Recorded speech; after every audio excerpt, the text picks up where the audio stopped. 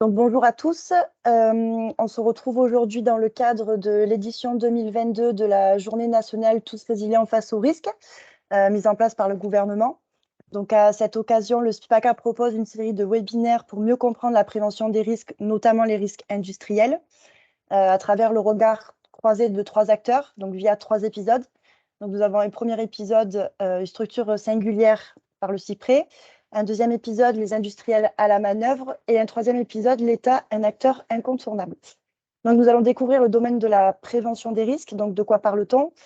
Comment s'organise-t-elle? Quel est le rôle de l'État, celui des industriels ou encore celui du CIPRE? Donc, il y aura une rapide présentation. Un temps d'échange permettra de répondre à vos questions par la suite. Juste pour information, ce webinaire est enregistré. Donc, si vous ne souhaitez pas y paraître, merci de couper votre caméra. Le replay sera disponible sur le site du SPIPACA. Quelques règles de bon déroulement pour ce webinaire. Donc, vous avez, comme je le disais, un temps d'échange et de questions après l'intervention. Si vous souhaitez intervenir, donc merci de lever la main via le petit bouton réaction et on vous donnera la parole par la suite. Vous pouvez poser vos questions directement dans le chat. Donc, merci à tous pour votre participation. En attendant, vous pouvez couper vos micros si cela n'est pas déjà fait. Je tiens à juste préciser que Madame Hourdin s'excuse de son absence aujourd'hui pour problème de santé. Et je laisse donc la parole à Michel Sacher, directeur du CIPRE, pour ce premier épisode, une structure singulière, le CIPRE. Michel, Bonjour à je vous tous. laisse partager votre présentation. Merci. Je vais commencer à partager ma présentation et me présenter en même temps. Je suis donc le directeur du CIPRE et je suis directeur de cette structure depuis sa création, c'est-à-dire depuis 1991. Alors, je vais vous parler un peu d'historique, la structure, le budget, les actions, la collaboration avec une structure qui existe un petit peu moins aujourd'hui, mais qui existe encore, la mission interrégionale sur les inondations, qui touche quand même aussi les industriels, puisqu'il y a eu des travaux avec les industriels, et puis le développement du CIPRE vers l'Occitanie un petit peu. Alors d'abord, le CIPRE, c'est quoi? C'est à l'origine une création qui fait écho à une loi qui date de 1987, une loi sur la sécurité civile, une des fameuses lois de la sécurité civile. Mais celle-là, en 87, elle parlait de la protection de la forêt contre l'incendie. Ce qui était important pour nous, c'était que dans un article, elle reprenait quelque chose qui était dans la directive Seveso de 82 et qui disait que chaque personne soumise à un risque majeur devait connaître l'information sur ce risque et les mesures de sauvegarde qui le concernaient. C'était quelque chose de tout à fait nouveau à l'époque, en 1987, parce qu'il n'y avait aucune obligation avant de parler des risques et c'était très souvent l'État qui gérait les risques avec très très peu d'informations. Les collectivités n'étaient pas du tout associées, les industriels n'avaient rien à dire non plus. Et donc 87, ça en réalité sanctuarisé un petit peu cette information et tout a débuté à partir de là, à partir de cette obligation d'information. 87, loi sur la protection civile, 90, une première campagne d'information qui a été faite autour de la zone industrielle de Fos-Étang-de-Berre, la première en France, une des premières et même souvent je dis la première en Europe, à cette échelle-là en tout cas.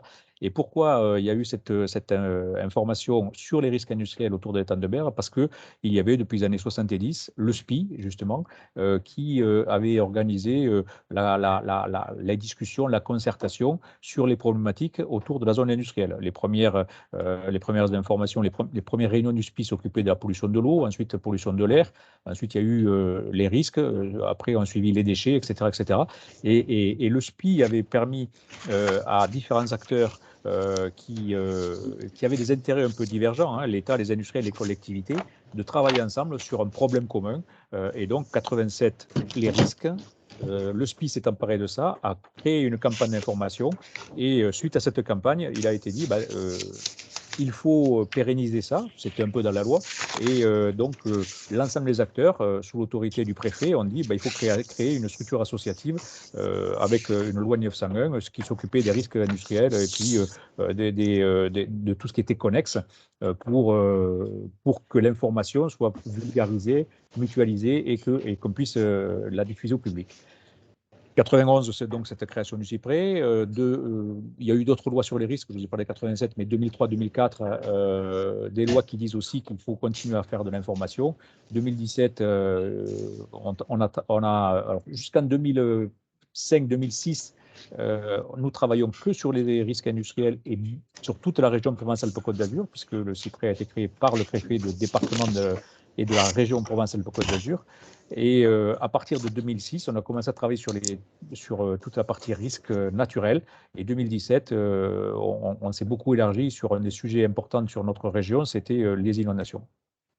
Comment fonctionne le CIPRE? Il est co-géré et cofinancé par ses adhérents. En gros, un tiers des communes de la région PACA est adhérente sur le CIPRE. Quasiment tous les industriels classés Céveso de la région PACA sont adhérents. Et puis, il y a le service de l'État, l'ADREAL, les préfectures, l'éducation nationale, qui sont adhérents au CIPRE, et avec des membres associés, des associations, des chercheurs, des experts, etc. L'objet de l'association, c'est un seul objet, c'est diffuser de l'information sur les risques majeurs, technologiques et naturels, en Provence-Alpes-Côte d'Azur, et maintenant un peu plus largement. Donc l'objectif, c'est vraiment de mutualiser tout ce qui existe sur les risques naturels et technologiques, qui existent suivant différentes sources, les sources de l'État, les sources des industriels, les sources des collectivités locales, les sources des services ou des grands opérateurs de l'État, comme la météo par exemple, sur la problématique des risques naturels, et puis de diffuser, vulgariser cette information. Mais ce n'est pas qu'une information descendante. On n'est pas là simplement pour faire le porte-voix ou le tambour, si vous voulez. On est là aussi pour faire le micro. Et donc, on attend des questions des uns et des autres, des associations, des industriels, des collectivités locales qui se posent beaucoup de questions sur les problèmes de maîtrise d'urbanisation, par exemple. Et donc, tout ça, c'est concerté et on essaye de travailler ensemble avec ces trois collèges, État, industriels et collectivités. Alors, vous le voyez ici, ne regardez pas trop les noms parce que ce n'est pas tout à fait à jour ceci, mais ce qui est important, c'est que vous avez ici, par exemple, vous avez donc trois collèges, un collège État, un collège industriel, un collège collectivité, avec une répartition assez identique, sauf qu'on a quand même un peu plus de collectivités depuis qu'on a les risques naturels. Mais il y a 8 représentants de l'État avec la préfecture, l'ADREAL, l'ADT, l'ADDTM, le site PC 8304. Tous les industriels qui représentent l'ensemble des spécialités, aussi bien le raffinage, la pétrochimie, la métallurgie, et puis les collectivités locales et territoriales qui, aujourd'hui, sont des collectivités, pas simplement dans les Bouches-du-Rhône, mais sur toute la région, et même à l'extérieur de la région, puisqu'on avait d'ailleurs ici, c'était l'Adréal Occitanie, vous voyez sur l'État. Je vais y revenir tout à l'heure sur la problématique de l'Occitanie. Le CIPRE, en réalité, c'est une structure qui a un cœur associatif. Vous le voyez ici, notre cœur associatif, c'est tout ce qu'on fait qui est gratuit pour le public. Donc, c'est les cotisations des uns et des autres, de l'État, des industriels, des collectivités, qui permettent de financer des actions, donc beaucoup de fonctionnement avec du personnel et quelques investissements. Et ces actions sont gratuites pour le public. Donc, tout est gratuit à travers ces cotisations des uns et des autres. Au-dessus de ça, on a ce qu'on appelle les services collectifs. Alors là, ce sont souvent des subventions pour des décideurs. Et là aussi, c'est des choses qui sont… Alors, des décideurs, c'est qui? C'est les conseils départementaux, c'est le conseil régional, ça peut être l'État aussi qui nous demande ça. Tout ce qui est issu de ces services collectifs, c'est aussi destiné au public, mais ce n'est pas forcément tout à fait partagé. En gros, il y a 80% de subventions et 20% d'autofinancement, donc les 20% qui viennent des autres adhérents, mais 80% d'autofinancement, 80% pardon, de financement d'un donneur d'ordre, une région, l'ADREAL, la DDT, etc. Et par contre, tout ce qui sort de là, c'est aussi gratuit pour le public. Et une troisième couche, c'est plutôt les prestations de services. Et là, on répond à des demandes spécifiques. C'est un devis un bon de commande, une facture, et cette partie qu'on a en rouge avec les prestations de services sont soumises à toutes les contraintes des bureaux d'études. Donc, on est soumis à la TVA, à la taxe sur les salaires, etc., etc. Mais c'est une petite partie qui représente moins de 20% de notre activité globale. Tout le reste, à peu près 80%, c'est quelque chose qui est gratuit pour le public. Le socle associatif, c'est le soutien aux collectivités, c'est la prévention des risques technologiques, c'est le développement de la culture du risque. On est en plein dedans aujourd'hui, on prend y revenir après, donc avec des éléments qui touchent à peu près tous les risques, hein, risques technologiques aussi, mais sur la culture du risque, c'est les revues de presse, par exemple, suite à des tempêtes, la tempête Alex il y a 2 ans, ou des feux de forêt. Donc, en diffusant tout ça, nous essayons de contribuer à la culture du risque et beaucoup de soutien aux collectivités sur les DICRIM, donc documents d'information sur les risques majeurs, aider à la mise en place des plans particuliers de mise en sûreté dans les établissements scolaires, aide à la mise en place d'exercices de sécurité civile, beaucoup avec les habitants, etc. Les services collectifs, on a quelques exemples ici, des retours d'expérience. On nous a demandé, je vous ai parlé de la tempête Alex, la préfecture des Alpes-Maritimes nous a demandé de faire un retour d'expérience sur la tempête, le retour d'expérience de sécurité civile, c'est-à-dire comment a été gérée la crise entre la préfecture, les collectivités, qu'est-ce qui s'est passé. Nous travaillons sur le plan régional de santé et environnement. Nous travaillons sur des appuis opérationnels et des ORSEC PPI. Par exemple, vous avez sur la zone de Fos-Étang-de-Berre, plutôt Fos-sur-Mer, Martigues et Châteauneuf, en début d'année, on a eu un gros exercice de sécurité civile qui a été promu par le ministère de l'Intérieur, et on a eu un financement du ministère de l'Intérieur pour faire pour aider à la création des scénarios, aider à la création des observations et des retours d'expérience, et donc un financement du ministère de l'Intérieur sur ça. On a des prestations pour des industriels, des cartographies sur les pipelines, par exemple, aide à la création des PCS, les plans communaux de sauvegarde. C'est une prestation que nous offrons aux collectivités, mais c'est une collectivité qui nous paye, donc c'est une prestation. Les exercices de sécurité civile, j'en ai parlé. Nous faisons, et ça peut être intéressant pour les participants, nous sommes secrétaires des commissions de suivi de sites, Céveso et déchets. Aujourd'hui, on en a 24 ou 25, je crois, dans la région. Et nous assurons ce service en étant payés par l'État et en étant le plus possible neutre et intermédiaire entre les uns et les autres sur ces commissions de suivi de site. C'est une prestation qui est faite pour la partie Céveso et également la partie déchets. On a beaucoup de Céveso, de CSS déchets dans les autres départements, le Var, les Alpes-Maritimes, les Alpes-de-Provence par exemple.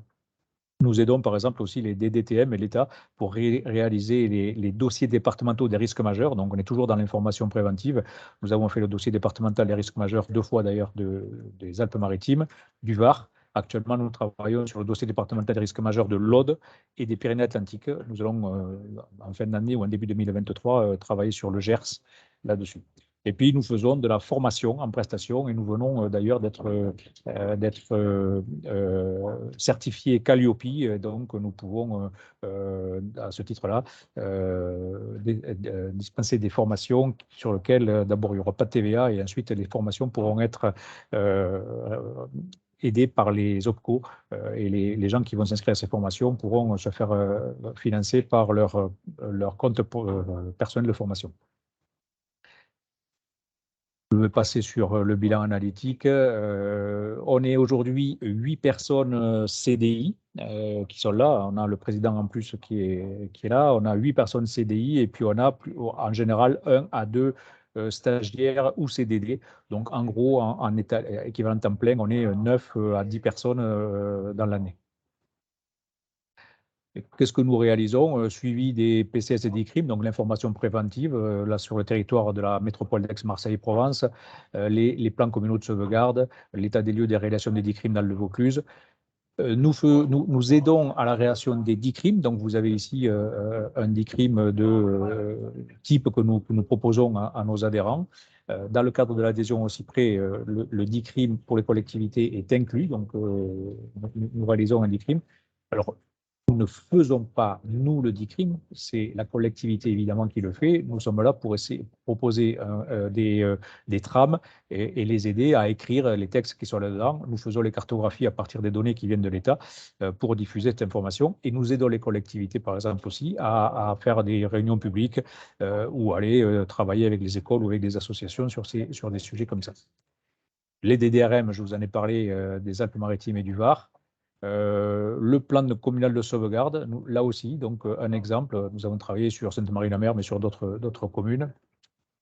Et nous créons beaucoup de cartes pour le risque industriel pour la préfecture, pour les ORSEC PPI. Vous voyez ici, c'est une carte qui est centrée sur l'Aveyra, avec le nombre d'habitants suivant les répartitions géographiques, et pour essayer de gérer au mieux la crise. Vous voyez qu'on a évidemment très peu d'habitants, zéro ici dans la partie maritime, 2000 sur le plateau Ponto, 186, 2000, mais on a 13 000, 15 000 habitants sur le côté de Martigues. Donc, évidemment, ensuite, ces cartographies permettent de la gestion de crise pour les services de l'État qui sont chargés de ça, la gendarmerie, la police, la DDT, les sapeurs-pompiers, etc., etc. Voilà, ici, d'autres cartographies de ce type-là. Une cartographie sur la zone de Miramas aussi. Nous travaillons sur le transport de matières dangereuses sur la zone de Miramas parce qu'il y a aussi un plan particulier d'intervention qui est assez grand, hein, 13 km de rayon, un peu plus même. Et donc, l'information préventive est obligatoire dans toutes les communes qui sont touchées par ce cercle. Vous voyez qu'autour de Miramas, il n'y a pas que Miramas, mais Saint-Chamas, Istres, Lançon de Provence, Salon, Saint-Martin-de-Crau et Guiers doivent diffuser de l'information parce que s'il y a un événement majeur, il faut savoir qu'est-ce qu'il faut faire, comment se comporter pour ne pas être victime par méconnaissance. Donc, c'est une des priorités du CIPRE, c'est de faire ça. Et puis d'autres cartes beaucoup plus techniques qui sont produites pour les exploitants industriels. Ici, par exemple, sur ArcelorMittal, c'est tous les PPI qui peuvent toucher, qui peuvent impacter le ArcelorMittal. Et donc, vous voyez que s'il y a un événement sur une entreprise qui est génératrice de l'un de ces cercles, bah, il va falloir que sur ArcelorMittal, on puisse au moins le savoir. Ensuite, peut-être éventuellement prendre des mesures. Et donc, tout ça, c'est des éléments qui sont disponibles pour les services de l'État, pour les collectivités, pour les industriels eux-mêmes, pour savoir justement comment réagir en cas d'événement. Des prestations, ici aussi, toujours sur la problématique risque industriel. Nous avons travaillé à la demande de l'Adréal-PACA, dans le cadre du poste Lubrizol, sur le recensement des activités qui pouvaient impacter une usine classée Seveso. Vous savez que sur Lubrizol, le point de départ de l'événement, c'était une entreprise qui n'était pas classée Seveso, qui était à l'extérieur, et le ministère de l'Environnement a demandé à recenser et à faire un recensement très exhaustif de toutes les entreprises qui pouvaient impacter par effet domino qui viendrait de l'extérieur, un événement qui viendrait de l'extérieur qui pourrait impacter une usine.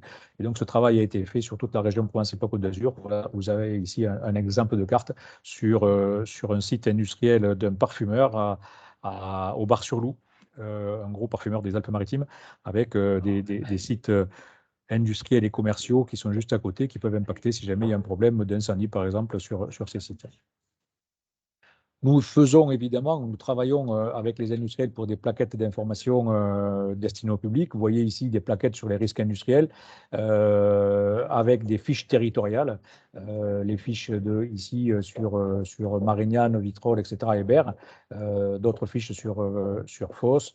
Il y a une obligation qui est très réglementée pour savoir qu'est-ce qu'on doit dire, comment on doit l'écrire, etc., etc. Donc, on travaille avec tous ces industriels qui sont notés là-dedans pour créer ces plaquettes et les distribuer et aider à la compréhension à travers la diffusion de ces plaquettes. Ce n'est pas simplement des boîtages, mais très souvent, vous l'avez certainement vu sur Fos-sur-Mer, sur Martigues, Châteauneuf, Berre, il y a des articles dans les journaux municipaux, dans la presse quotidienne régionale, et nous travaillons sur ces sujets-là.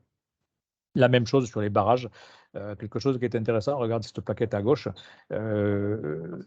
Nous n'avons qu'en Provence-Alpes-Côte d'Azur des plaquettes d'information sur les barrages avec les barrages qui sont cassés en deux. Les barrages sont soumis à PPI, comme les sites industriels, parce qu'il peut y avoir des événements catastrophiques qui peuvent entraîner des victimes. Il y a une obligation pour les gestionnaires de barrages à faire exactement la même chose que ce que font les industriels, c'est-à-dire s'il y a un événement, sachez réagir, c'est le cas des plaquettes pour les industriels. Pour les barrages, c'est une obligation. Je peux vous assurer qu'en France, il y a très peu de plaquettes d'information sur les barrages qui montrent un barrage cassé en deux. Or, un PPI, c'est bien ça, c'est de dire, oui, il peut y avoir un événement catastrophique avec une rupture du barrage, et donc on a fait ça, et donc on a des cartographies identiques à celles qu'on a pour les industriels, avec toutes les lames d'eau qui peuvent être impactantes pour les populations, donc dans ces plaquettes. On travaille directement avec les exploitants et très souvent EDF, évidemment. Nous avons aussi travaillé sur les risques nucléaires, donc là aussi sur les territoires. Vous avez ici par exemple la plaquette de Cadarache, également des plaquettes sur les risques industriels aussi, enfin, ou transport matières dangereuses, qui ressemblent beaucoup aux risques industriels. Nous avons par exemple travaillé, vous voyez sur la plaquette à droite, une aire de péage, l'aire de Mornas, qui est une aire qui a une partie réservée pour les transports de matières dangereuses et qui elle-même est classée PPI. Donc, il y a un PPI qui a été fait sur cette aire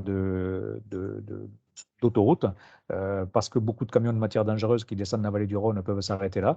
Il y a des procédures qui sont là, et donc il y a eu un PPI, une sirène, et donc une obligation d'information pour la commune de Mornas sur ces sujets de transport de matières dangereuses. Et donc, c'est la première fois qu'on fait ça aussi en France, et le CIPRE a participé à ça, évidemment, pour diffuser de l'information. Quelque chose encore très technique sur la problématique du tsunami. Il y a des réglementations qui ont été faites qui concernent les risques naturels, mais qui peuvent toucher des risques industriels. Vous voyez ici le dépôt pétrolier de Fos, avec une potentialité de tsunami qui pourrait impacter jusqu'à 200 mètres de la côte.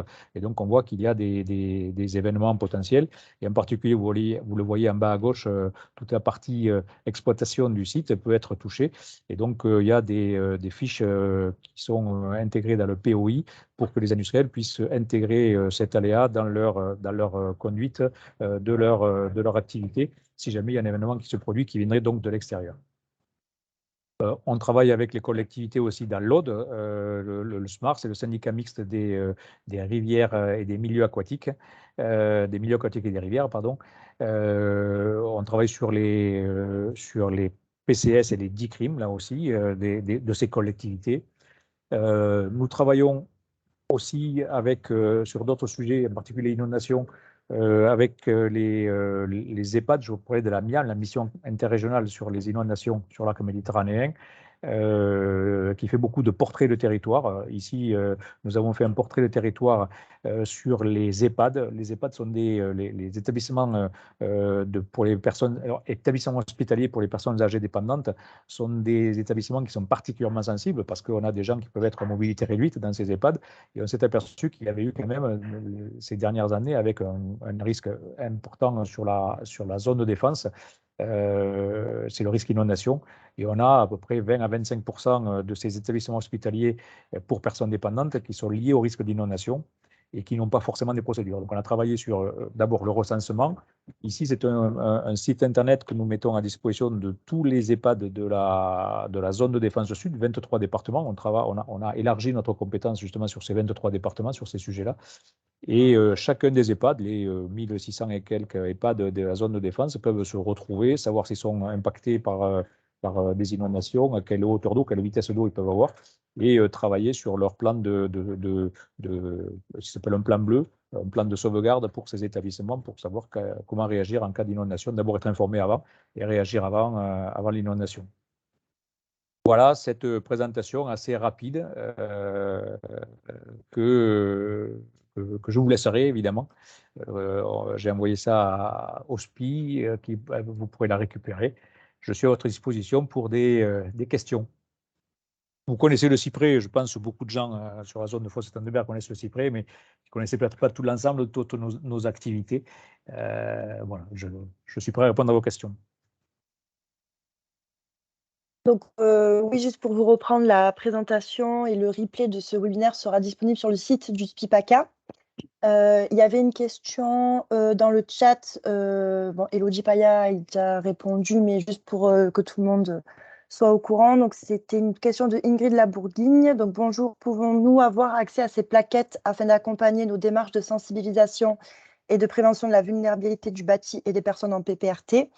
Donc, si vous avez besoin de ces plaquettes, vous pouvez contacter Elodie Pailla à documentation@cyprès.org. Donc, n'hésitez pas, si vous avez des questions, à lever la main ou à réagir directement. Oui, bien sûr. Alors déjà, toutes ces plaquettes, je vous l'ai dit, tout ce qui sort du Cyprès est gratuit et donc disponible sur simple demande. On essaye de le diffuser donc sans que les gens n'aient à venir faire la démarche. Donc toutes les plaquettes que je vous ai montrées, elles sont éditées à plusieurs centaines, voire milliers, voire dizaines de milliers d'exemplaires pour certaines, distribuées dans les boîtes aux lettres, disponibles chez les industriels, disponibles dans les collectivités auprès des mairies. Si vous en voulez pour faire des actions particulières, nous avons un petit stock chez nous, mais sinon, il y a aussi des stocks chez les industriels et chez les collectivités. Une précision quand même, ces plaquettes sont réglementaires, obligatoires pour ce qui concerne les PPI. C'est les industriels qui financent ces plaquettes.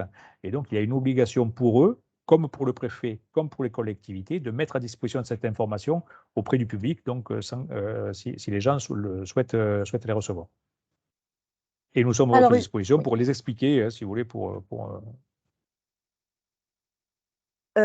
Donc, il y avait une autre question de Clément Paillet. Donc, bonjour, savez-vous si dans d'autres départements, il y a ce même type de structure, par curiosité? Alors, il y a des structures comme ça qui existent dans d'autres départements qui ne sont pas forcément tout à fait identiques. Il y en a une qui ressemble beaucoup au Cyprès, qui s'appelle l'IRMA, qui est à Grenoble, qui travaille sur la région Rhône-Alpes, qui est à peu près une structure un peu équivalente au Cyprès, qui travaille sur les mêmes sujets. Elle travaille beaucoup plus sur le problème de sécurité civile avec les collectivités locales, un peu moins. Elle travaille avec les risques industriels, mais aussi beaucoup avec les collectivités locales sur les exercices de sécurité civile, ce que nous faisons un petit peu, mais un peu moins qu'eux. Mais il existe des structures comme ça. Alors, il y a aujourd'hui, et puisque nous sommes dans le cadre de la journée de la résilience, la journée du 13 octobre, il y a aussi une association nationale qui a été promue et financée par le ministère de l'Environnement, qui s'appelle l'Association française de prévention des catastrophes naturelles et technologiques, qui sera chargée d'animer un réseau d'associations du type Cyprès ou du type IRMA, je vous en ai parlé, pour que ces actions se fassent beaucoup plus largement et que l'information arrive vraiment au niveau des citoyens. Donc une volonté de l'État de financer et de continuer à travailler sur ces sujets de culture du risque et d'information préventive. Ce qu'il faut savoir, c'est qu'en réalité, toute cette politique, cette doctrine de culture du risque et d'information préventive, elle est faite pour une seule chose, c'est qu'il y ait moins de personnes victimes par méconnaissance. Il ne faut pas aller regarder un incendie de près parce qu'un incendie, suivant le vent, ça peut tourner, on n'est pas préparé, on n'est pas pompier, on peut se mettre en danger simplement en voulant faire des photos. Donc ça ne sert à rien d'y aller. En plus, on gêne les secours et on peut être victime. Donc l'objectif, c'est qu'il y ait moins de victimes par méconnaissance. Merci. Donc, une autre question de Bernard Angeliti. Pourquoi toutes les communes ne participent pas à l'association? Alors, c'est une adhésion qui est volontaire. L'adhésion, elle a un certain coût. Je vous dis que c'était des cotisations. En gros, une commune avec un millier d'habitants, l'adhésion, elle doit être tournée autour de 400 ou 500 euros. Ce n'est pas très, très cher. Dans ce cadre-là, on travaille pour la commune. Je vous ai parlé du DICRIM. On aide à finaliser le DICRIM, on aide à la diffusion, on relie le plan communal de sauvegarde et par contre, on demande une prestation si on doit le faire ou le refaire. Mais c'est une adhésion libre, c'est une association, les gens y viennent ou ils ne viennent pas. Ceux qui viennent, ils bénéficient évidemment de plus que les autres. Et nous travaillons préférentiellement pour nos adhérents. Je vous ai dit, en gros, on a 30% de la région PACA, environ 300 communes qui sont adhérentes sur les 1000, pas tout à fait 1000 de la région. Et actuellement, on est en train de se développer sur l'Occitanie et nous faisons un effort pour justement travailler sur ces communes d'Occitanie avec la même ambition, c'est-à-dire on a déjà des financements qui viennent de l'État, de la DREAL Occitanie, c'est la DREAL PACA qui nous finance en PACA. En Occitanie, on a déjà la DREAL Occitanie qui a commencé à nous financer déjà depuis l'an dernier. Nous cherchons des adhérents collectivités et éventuellement des adhérents industriels pour travailler sur les mêmes sujets, sachant qu'il y a aussi les mêmes réglementations et les mêmes problématiques de diffusion de l'information autour des risques industriels en Occitanie, avec peut-être un peu moins de facilité ou un peu plus de retard. Enfin, je ne veux pas du tout donner des valeurs là-dessus, mais nous pourrions faire la même chose et nous sommes en train de nous organiser, de nous structurer pour pouvoir répondre à des questions qui viennent ou qui viendraient d'Occitanie. Une autre question donc, de Chérif Khalifa. Avez-vous une liste des entreprises certifiées ou ayant une expérience des travaux dans le cadre du PPRT? Alors non, mais on pourrait l'avoir si vous voulez. Nous travaillons beaucoup avec les DDT, donc si la question concerne sur les travaux qui sont à faire dans une habitation ou dans une résidence, les DDT connaissent ça, on peut vous mettre en contact avec les gens qui ont les informations. On a aussi ce rôle-là, si vous voulez, c'est la mise en contact, la mise en relation entre les différentes personnes, entre des spécialistes qui en général se connaissent beaucoup et des non spécialistes. Donc, à travers le CIPRE, vous pouvez nous interroger, on vous mettra en relation, on vous donnera les contacts et vous pourrez trouver réponse à ce type de questions. On ne les a pas en direct, mais on peut trouver les gens qui connaissent et qui pourront vous donner les réponses. N'hésitez pas à compléter vos questions par prise de parole. On est là pour les questions. Pour vous écouter aussi. Oui, aussi. Si vous avez une intervention, n'hésitez pas.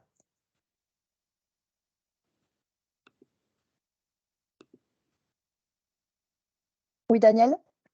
Oui, bonjour. Moi, j'avais un petit peu une sensation au plus le cyprès s'agrandit et va toucher d'autres secteurs, d'autres régions, au moins le cyprès est présent sur nous. Il faut savoir que le cyprès a démarré à Martigues et uniquement pour le golfe de Fos et l'étang de Berre. À l'origine, c'était ça. Et pour moi, l'action du cyprès sur notre site, on va dire, a diminué et s'éparpille un petit peu dans toutes ces sites, tous ces contraintes environnementales supplémentaires, que le cyprès au début était vraiment un but et centré sur le golfe de Fos et l'étang de Berre. Voilà. Donc pour moi, ça a vraiment diminué. À 8 personnes, on ne peut pas s'occuper comme on s'occupait avant. Le cyprès à 4 personnes, on va dire, mais uniquement de là. Alors, voilà, Daniel, bonjour d'abord. Bonjour, oui. Daniel. Alors, il y a un peu une erreur là-dedans. Le cyprès, quand ça a été créé par l'Adréal PACA, et donc on a travaillé sur l'ensemble de la région Provence-Alpes-Côte d'Azur, sur les risques industriels. On travaillait dès le début avec Elf Atokem à Saint-Auban, on travaillait avec Sanofi à Sisteron, on travaillait avec les parfumeurs de Grasse dès le départ, dès les premières années du cyprès, on était là-bas. Comme tu le disais, au début, nous étions peu nombreux, j'étais tout seul en 1991, on était 2 ensuite jusqu'en 93, bon bref, on a un peu augmenté. Et on s'occupait aussi de risques et d'environnement industriel, c'est-à-dire qu'on avait, tu t'en souviens certainement, qu'on a été la préfiguration des envois de fax, tu te souviens peut-être, les envois de fax en cas de pollution atmosphérique. On travaillait beaucoup avec Atmosud, c'était nous qui gérions les fax, c'était très compliqué. Avec Atmosud à l'époque, c'était Arfobef. Donc on travaillait sur risque et environnement industriel. Le cyprès, c'était ça, risque et environnement industriel sur la région Provence-Alpes-Côte d'Azur. Et c'est vrai que après, plus il y a eu de réglementation sur les risques et plus d'obligations d'information sur les risques, la loi de 2004 et la loi de 2003 et de 2004, et puis la loi un peu plus tard, après, c'est en 2006, il y a eu une demande qui venait encore de l'administration et encore de l'Adréal, qui nous a dit la chose suivante. Il nous a dit, écoutez, vous faites un travail qui est vraiment très bien sur les risques industriels, d'interface entre les services de l'État, les collectivités et les industriels. Est-ce que vous pouvez, c'est une demande avec une question, est-ce que vous pourriez vous occuper aussi des risques naturels sur la région Provence-Alpes-Côte d'Azur? Et là, le président du CIPRE à l'époque, c'est le maire de Fos. Et il y a eu une grosse discussion là-dessus, et la question a été exactement celle que tu viens de poser, c'est-à-dire, est-ce que si le cyprès s'élargit sur les risques naturels, on ne va pas diminuer la présence du cyprès sur les risques industriels? L'État a répondu de la façon suivante, il a dit, je double la cotisation de l'État au cyprès, donc ça a été doublé du jour au lendemain. Charge à vous de trouver la compensation avec les collectivités locales sur la problématique risque naturel ailleurs. Et donc, ce doublement de la cotisation a permis d'embaucher du monde. Et quelques années après, 4-5 ans après, c'est-à-dire aux alentours des années 2010-2012, donc après qu'on a commencé à travailler en 2006 sur le risque naturel, on a redemandé au conseil d'administration et en particulier aux élus territoriaux là, de la zone de Fos-Étang-de-Berre si l'action du cyprès avait diminué. Et unanimement, tout le monde a dit non, non, le cyprès a été continué à être présent et de la même façon. C'est vrai que nous ne nous occupons plus d'environnement industriel. Et c'est vrai que ça, c'est quelque chose qui est plutôt le SPI qui s'occupe d'environnement industriel. Nous, on ne nous occupons plus d'environnement industriel. Nous, c'est risque industriel, risque nucléaire, risque de transport de matières dangereuses et risque naturel. Et donc, on s'est développé comme ça. Et je ne pense pas, en tout cas, je fais très attention et je suis très attentif à ça, c'est qu'il n'y ait pas moins de cyprès pour les communes historiques. Il y avait une soixantaine de communes historiques au cyprès. Je fais très attention à ce qu'il n'y ait pas une préférence qui soit donnée à l'extérieur et que tout le monde soit traité de la même façon. Donc, vous pouvez donc vous interroger. Très bien, merci de ta réponse. J'avais un peu des... Voilà, merci. Merci pour toutes ces informations. N'hésitez pas, on a encore un peu de temps pour vos interventions ou vos questions. Alors, si M. Sacher, vous voulez rajouter des éléments? Non, mais je reviens sur ce qui a été demandé tout à l'heure. Donc, plusieurs choses. C'est que ces informations, nous ne les inventons pas. Nous les prenons à travers toutes les sources qui sont nécessaires et qui sont réglementaires, c'est-à-dire les industriels sur la problématique risque industriel, les services de l'État pour la problématique des risques naturels qui ont beaucoup d'informations là-dessus, évidemment les collectivités locales aussi, et elles sont toutes disponibles. La problématique des risques aujourd'hui en France, et en particulier cette période-là, ou de période de la résilience ou la culture du risque, c'est de dire que chaque personne a le droit, le devoir de s'informer. Ce n'est pas écrit dans la loi, mais il faudrait y penser aussi sans en faire la demande. Et en réalité, le cyprès a été créé pour ça, c'est-à-dire que cette information pour essayer d'éviter les victimes ou éviter les dégâts, cette information doit arriver aux gens qui en ont besoin, qui peuvent être dans une zone à risque. Ça doit y arriver sans que ces personnes-là aient à en faire la demande. Et donc, il y a toute une chaîne qui est là-dedans, l'État, les industriels, les collectivités, pour arriver à faire ça. Donc, n'hésitez pas si vous avez des besoins, si vous avez des questions, interrogez-nous. Et soit nous donnerons la réponse si nous l'avons, soit nous vous mettrons en relation, comme on avait dit, avec des gens qui peuvent avoir la réponse.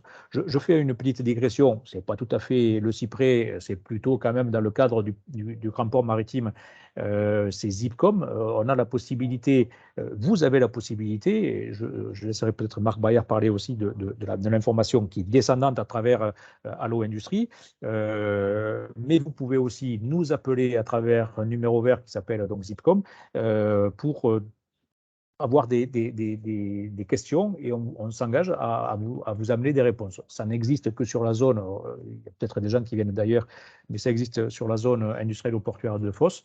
Mais c'est des choses qui vont dans le même sens, c'est-à-dire que les gens doivent avoir l'information et peuvent la demander sans problème. Tout est gratuit, tout est possible, et nous sommes là pour vous répondre, ou pour en tout cas vous trouver réponse. On a une autre question donc, de Bernard Angeletti. Avec le vieillissement des installations, avez-vous un regard sur le suivi de la maintenance dans les sites à risque? Alors, le cyprès n'est pas un inspecteur, hein, pas du tout. sont pas un gendarme. Voilà. C'est l'Adréal qui a cette vision-là, cette mission-là. Mais dans les commissions de suivi de site, évidemment, on parle de ces choses-là. Là aussi, il y a des éléments qui sont disponibles, hein, qui ne sont pas secrets, qui ne sont pas cachés. Il est possible d'interroger les gens et à travers ces commissions de suivi de site ont une... Alors, le suivi de site, ça veut dire partager de l'information, partager des questions sur des événements potentiels, mais c'est également pouvoir partager des éléments que peuvent avoir les uns et les autres pour que ça soit disponible et surtout peut-être les partager aux autres. Ce qui est dit dans les commissions de suivi de site, ce n'est pas quelque chose qui doit rester à l'intérieur de la commission, c'est quelque chose qui doit être diffusé. Donc ces comptes rendus, si on parle de vieillissement des installations, il peut y avoir des questions des riverains, des collectivités, des réponses sont apportées par les industriels, par les services de l'État. Ces questions, ces réponses sont consignées dans les comptes rendus des commissions de suivi de site et ces comptes rendus sont publics et disponibles. Donc, s'il y a des questions, elles peuvent être posées et les éléments sont mis à disposition du public.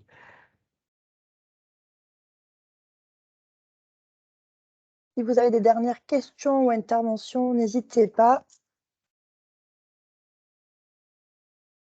Donc, vous avez le numéro de Zipcom, si besoin, inscrit dans le chat. Une autre question, donc comment pouvez-vous garder une neutralité pleine et entière ayant dans vos rangs des industriels qui actuellement polluent continuellement, des torches de plus en plus régulières, des produits difficiles à connaître et qui sont employés? Alors, je crois que la structure du CIPRE a été conçue exactement comme ça. Vous avez vu, il y a 8 industriels, 8 États et 14 collectivités dans la structure du CIPRE. Nous ne sommes pas là pour prendre parti pour l'un ou pour l'autre. Et d'ailleurs, dans la partie industrielle, d'ailleurs, il y a des gens de toutes les spécialités. Dans la partie collectivité locale, il y a des gens de tous les bords politiques aussi. Hein, donc voilà. Et dans la partie État, il y a des gens qui font de la prévention des risques en amont, et il y a des gens qui font de l'intervention aussi avec les gens du ministère de l'Intérieur qui vont plutôt sur la gestion de crise. Donc on a une grande pluralité dans le conseil d'administration et il est impossible pour nous, d'abord, c'est une doctrine, hein, c'est un principe de prendre parti pour les uns et pour les autres, mais de toute façon, on ne peut pas le faire parce que tout le monde est là et que tout le monde doit avoir cette information. Si vous voulez, il y a quelque chose que je disais pour les anciens qui étaient à la zone industrielle et qui ont connu le SPI des premières années. Comment ça s'est fait? Je crois qu'on est resté dans le même état d'esprit et je crois qu'aujourd'hui, le SPI et les SPI de France, le SPI PACA et les SPI de France sont toujours dans le même état d'esprit. C'est-à-dire que quand on se dit, et j'en ai parlé un peu tout à l'heure, je suis passé très vite, quand on se dit nous avons un problème commun à régler. Je veux dire, le premier sujet qui avait été à régler sur l'étang de Berre et le golfe de Fos, c'était un problème de l'eau, pollution de l'eau.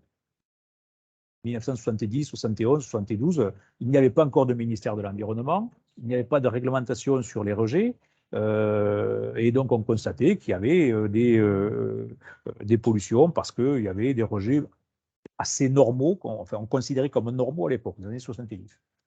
Et un jour, et c'est comme ça qu'a été né le SPI, on s'est dit, c'est plus possible parce que ça sent mauvais, parce qu'il n'y a plus de poissons, parce qu'il y a beaucoup de monde autour dans la zone industrielle, il faut les nourrir, les loger, etc. Il y a plein de questions et plein de sujets qui étaient là-dedans. Et sur la pollution de l'eau, sur la problématique de l'eau, comment ça s'est passé? Les industriels, l'État, les collectivités ont dit, nous avons un problème commun, pollution de l'eau. Alors chacun avait sa propre position. Les industriels disaient, puisqu'il n'y a pas de réglementation, vous ne pouvez pas m'imposer de réduire. Il n'y a pas de réglementation. Ça n'existait pas. Les collectivités disaient, ah mais attendez, moi je veux que les pêcheurs de chez moi puissent aller continuer à pêcher. Voilà. L'État, il disait, l'État à l'époque, la DRIR dépendait de 2 ministères, le ministère de l'Environnement et le ministère de l'Industrie. Donc ils avaient une obligation de développement industriel d'un côté et d'environnement industriel de l'autre. Les industriels avaient aussi cette même double problématique. On ne peut pas m'empêcher de rejeter parce qu'il n'y a pas de réglementation, Mais de l'autre côté, si je suis à côté de mes collègues, ben, je peux faire mieux et réduire mes pollutions. Et puis, ils peuvent m'aider, justement, parce qu'ils ne sont pas loin, à traiter mes déchets ou mes pollutions. Les collectivités avaient eux aussi cette double vision. Je ne veux pas de pollution pour que mes habitants puissent aller à la plage, mais je veux des usines parce que ça me rapporte de la taxe professionnelle. Donc, vous voyez que tout le monde avait une double vision des choses. Et qu'est-ce qui s'est fait? Il s'est dit, bon, il faut que nous fassions quelque chose. Et la première chose qui a été faite, c'est faisons l'état des lieux.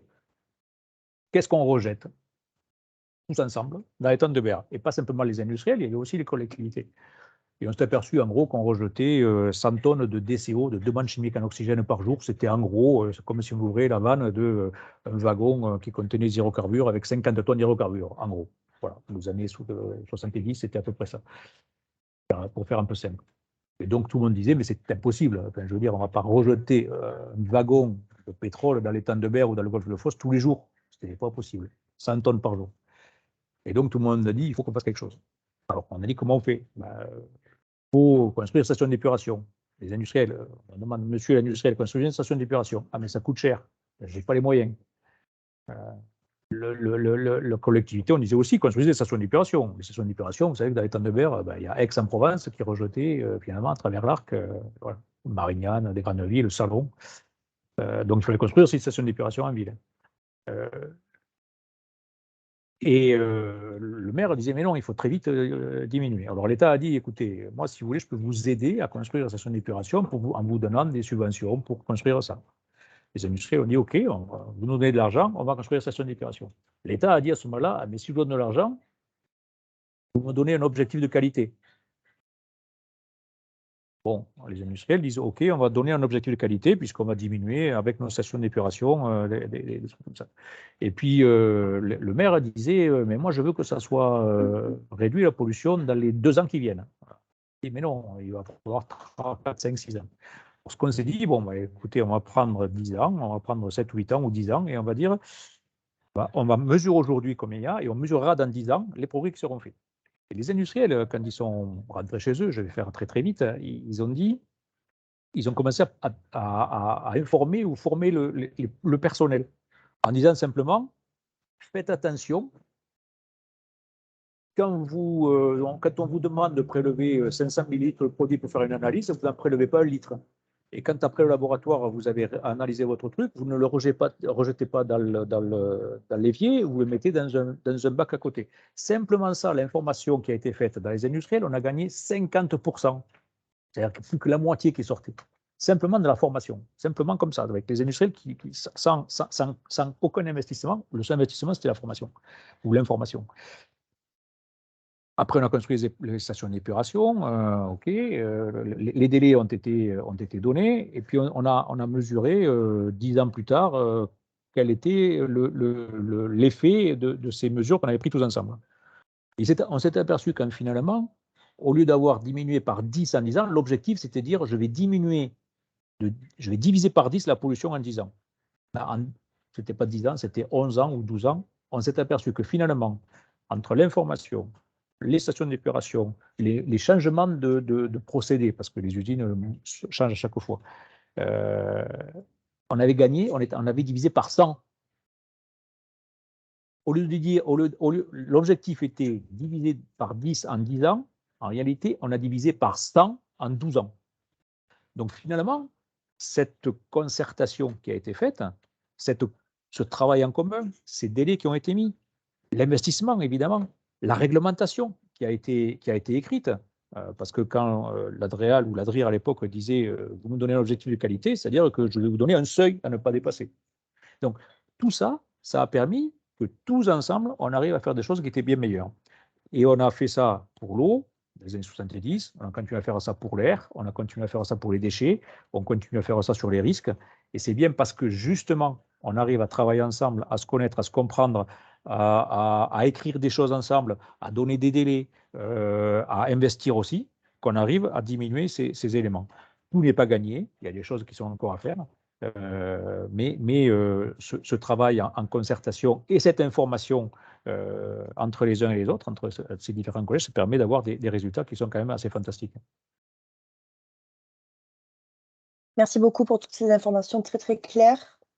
Si vous avez des dernières questions, c'est le moment.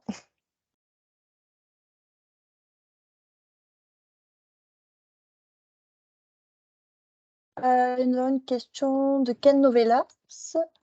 Les formations du CIPRE sont-elles aussi disponibles pour les universitaires et doctorants s'intéressant à ce sujet ou est-ce uniquement pour les industriels Non, et les non. maîtrises d'ouvrage? Je vous ai dit tout à l'heure que nous avons allez, un petit département, si on peut dire, c'est pas un département, mais enfin, pour l'instant, on est en train d'essayer de monter ça, de formation. Je vous ai dit qu'on a été labellisé il n'y a pas très longtemps Calliope. Donc, les formations que peut dispenser le CIPRE sont des formations qui sont ouvertes à tous et nous pouvons intervenir là-dessus. D'ailleurs, je vois que c'est un doctorant qui a fait ça ou les universitaires. On intervient quand même beaucoup dans les formations universitaires. Voilà. C'est des choses qui nous sont assez familières. Donc, vous avez un grand merci de Grenoble. À qui faut-il s'adresser pour obtenir une plaquette d'information PPI? Entreprise, la préfecture, la DDT? Vous pouvez le demander à l'entreprise, à la préfecture, oui, la DDT, je ne suis pas sûr, mais l'entreprise, la préfecture, la collectivité, hein, la mairie.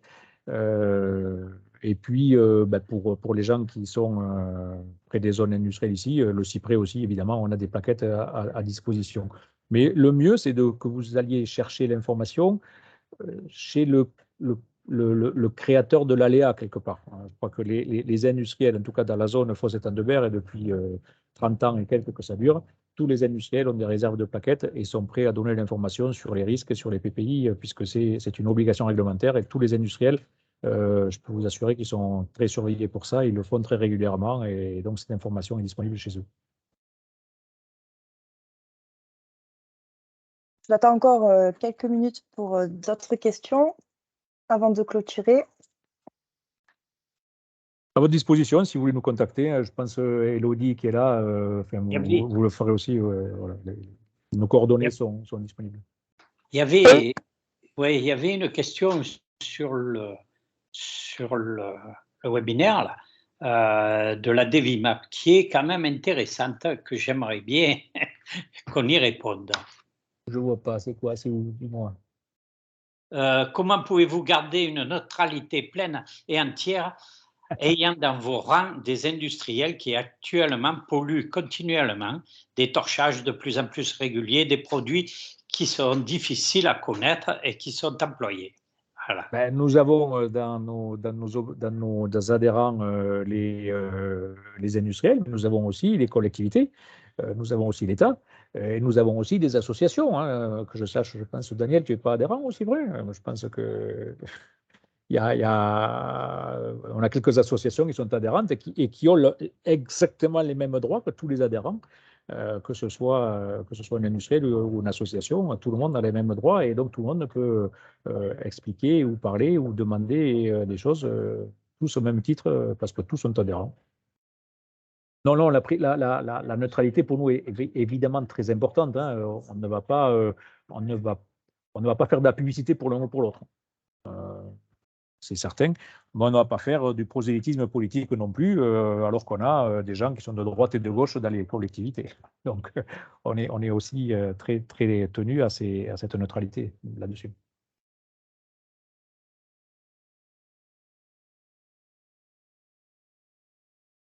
Si vous n'avez pas d'autres questions, j'attends un petit peu. Non, juste Jean-Jacques Blanc, puisque je connais Michel Zacher depuis très longtemps, je pense qu'il s'en souvient. Oui, bien sûr. Ouais. Ouais, je trouve que bon, l'action du CIPRE reste indispensable. Et c'est vrai que là, j'ai quand même appris, ça fait un moment que je ne suis pas allé les voir. Et puis, ils ont déménagé du site de l'Arbois. Ça, c'était dommage parce qu'en termes de documentation, c'était peut-être plus centralisé, je ne sais pas. Mais Oui. de toute façon, c'est sûr que l'action conjointe à la fois du CIPRE et des bonnes volontés du SPI et aussi des membres du SPI, j'espère que au niveau de la région, on va faire évoluer les choses de mieux en mieux. Après, c'est sûr que garder une neutralité, ben, c'est pas toujours facile, même entre nous, entre différents membres. Des fois, il y a il y a pas des accrochages, mais disons des positions qui mettent longtemps à trouver un consensus. Mais de toute façon, la différence peut-être, c'est que nous, on est simplement préconisateurs au S3PI, alors que le CIPRE a quand même valeur à faire la diffuser de l'information qui est réglementaire. Voilà, ce qui est pas donc c'est beaucoup plus fort en termes de si les gens respectent l'information qui est donnée, ça a normalement plus de poids. Mais je pense que c'est pas indifférent. Enfin, on ne peut pas ignorer la part de chacun à partager les problématiques sur l'environnement et notamment l'air et l'eau, quoi. Voilà, en tout cas, merci pour tous ces éclaircissements et je passerai un jour encombrer les bureaux du CIPRE. Pas de souci, pas de souci. On est toujours Je sur sais, je la sais. colline de la Vierge. C'est vrai qu'on Oui, était oui, sur ça n'a pas l'Arbois, mais ça bougé. nous a coûté assez cher. Donc, on est revenu chez Ouais. nous, puisque nous sommes propriétaires des locaux pour partie. Et on continue à être là. C'est vrai que au départ, il n'y avait que 5 bureaux qui étaient disponibles. On a déjà 8 personnes, voire 10 à certains moments, hein. Donc, on commence à élargir un peu. Et voilà. Merci en tout cas pour cette information. À bientôt. Merci. Merci Jean-Jacques. S'il n'y a pas d'autres interventions ou d'autres questions, il ne me reste plus qu'à vous remercier pour votre participation à tous et à remercier bien évidemment Michel Sacher pour son intervention. Un lien via un questionnaire de satisfaction vous a été transmis dans le chat, donc merci de prendre quelques minutes, maximum 1 minute pour y répondre. Ce questionnaire nous permet d'avoir votre avis, votre retour et de nous améliorer surtout pour la suite. Donc, merci à tous et je vous donne rendez-vous à 13h30 pour le 2e épisode, Les industriels à la manœuvre, avec l'intervention de Marc Bayard, président de Environnement Industrie. Merci encore à tous. Merci, au revoir. Au revoir.